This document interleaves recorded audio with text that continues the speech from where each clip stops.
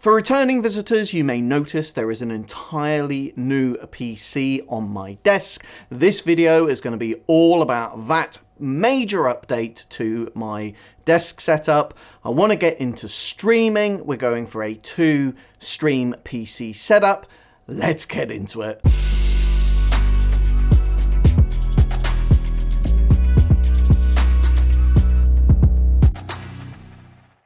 So I've been very keen to do more streaming, and following a couple of disastrous streams where I had a whole heap of technical problems, including the system nearly completely crashing. It certainly crashed Microsoft Flight Simulator.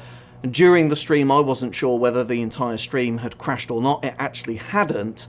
I came to the conclusion that I really needed a separate gaming PC. Now, there's a couple of things this is going to achieve. First and foremost, it's going to provide some resilience when I'm streaming. Separating the gaming and streaming workloads means that if your game crashes, which is more likely than your stream crashing, it isn't going to take the system that's managing your stream down as well. Now, I work in IT professionally, and we love the word resilience, but in this case, it really is true. Secondly, it's going to mean that I've got dedicated compute resources just for the gaming workload, and given that I intend to stream predominantly sim-based VR content, so stuff like Elite Dangerous and Microsoft Flight Simulator, these are extraordinarily demanding workloads, and despite a Threadripper, a 3960X with 24 cores and 64 threads, 24 cores and 64 threads, that maths doesn't stack up, but you can work it out. Despite all of that horsepower and two 2080 Ti's, it really actually was struggling to render the game in VR at a reasonable rate, to do a preview on the monitor and encode that stream and send it out. So we've gone for a separate gaming rig. In that, I've got a Ryzen 5800X, 8 cores, 16 threads, more than enough for a gaming workload, and a MSI 3080 Ti. That's going to do a really grand job of rendering out the game. I've got that connected to a 4K Pro Elgato capture card, which very surprisingly can cope with 120 Hz and G-Sync enabled, which is the real bonus of the updated HDMI ports on the 3000 series, but I was really surprised that the capture card could recognize that G-Sync signal. Of course, it won't capture 120 Hz, it's going to capture that at 60 Hz.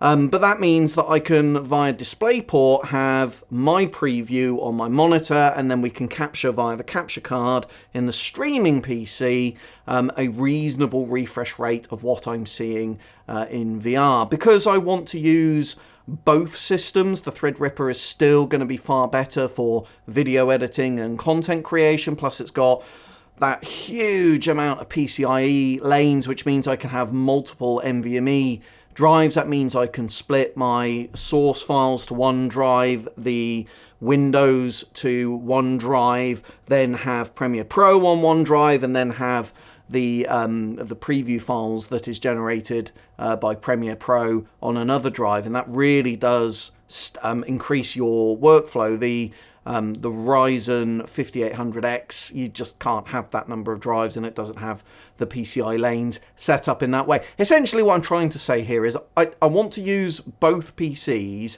for very different things. The new PC is going to be is a dedicated gaming machine. That's all it's there to do. And the other machine that's in the Case Labs SMA A8, that is going to be a content creation and a streaming machine. Now, because I want to use both machines, I've put a USB switch in, to which I've got connected my mouse, my keyboard, and my Go XLR audio interface. There's a little button on the bottom of that, and that means I can switch those 3 devices backwards and forwards between both machines, and works really, really well, actually. It wasn't an expensive device, about £23, £24 from Amazon. I've super glued that to the bottom of my desk, and that means that I just have to reach under my desk. It's really close to where I sit. At the touch of a switch, I can switch those devices backwards and forwards. The Go XLR will be connected to the gaming machine when we're streaming, and then via a 3.5mm cable that's connected into the streaming machine. And surprisingly, I was expecting a bit of audio interference, but it's worked really well. Actually, it's capturing that at really, really nice quality. And that means that if I'm talking into that microphone, games like Phasmophobia that make use of that speech, or anyone that I'm speaking to in in-game chat, they'll be able to hear me. It does also allow me to route the microphone from my Valve Index via the Go XLR into the streaming PC. It's a very versatile piece of kit, that Go XLR. I can also route the audio that is coming out of the over-ear headphones for the Valve Index via, again, the Go XLR into the streaming machine. So that all syncs up perfectly. I've got a couple of 4K cam links from Elgato. That's going to allow me to capture my face, and for probably for Elite as well as for Microsoft Flight Simulator, be able to capture the movements of the controls. I particularly like it for Microsoft Flight Simulator, where you can see what I'm doing with the yoke and the throttle.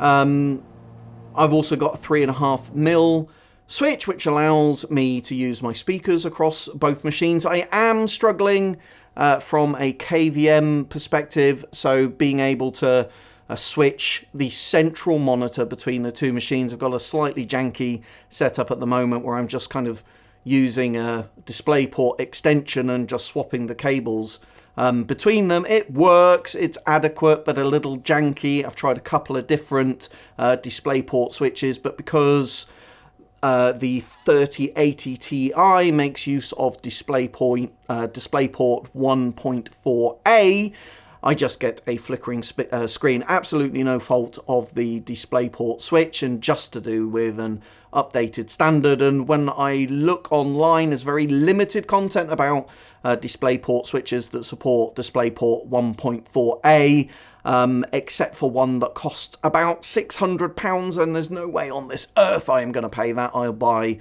a monitor with 2 DisplayPorts in it before I do that, and I just can't believe that this isn't a problem I can't solve for £20 to £30. So please, if you know of any DisplayPort switches that work with the 3000 series RTX cards, please drop that down in the comments below. I would be indebted to you.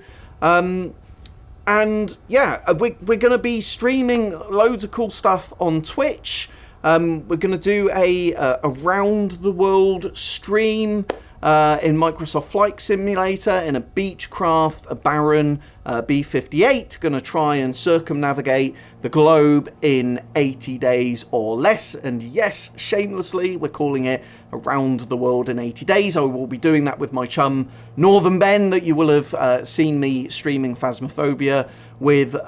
Don't expect massively realistic approaches and landings. We did a bit of a test stream on it last night, and Ben's landings in particular definitely, I mean, going from 4,000 feet into a landing from about 2 nautical miles out from the airfield was a pretty comical thing to do. But it should be loads of good fun, loads of banter while we do that, and getting to enjoy, you know, the real incredible scenery that's generated from satellite imagery in Microsoft Flight Simulator. So that's going to be awesome. On the channel itself, continue to expect to see peripheral videos, flight sim peripheral videos, VR headset videos, as well as upcoming build stuff. So don't worry that you've missed out on the build in that machine. For the new gaming machine, that's just air-cooled at the moment. We've got an absolutely enormous case there in the Thermaltake Level 20 XT. That's capable of taking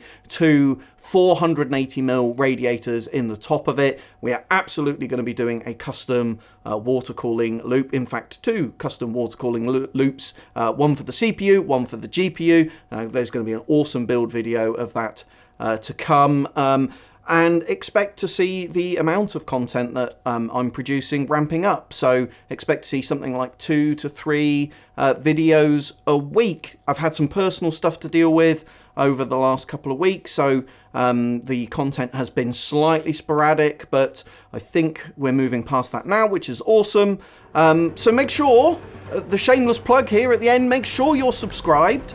Click on the subscribe button down below so that you don't miss all that great upcoming content. Make sure that you go over to Twitch, twitch.tv, and follow my channel over there, Tao of Tech, all one word. And as always, I hope you're very well wherever in the world you are. Stay safe in the skies, like, share, and subscribe, and I'll see you in my next one.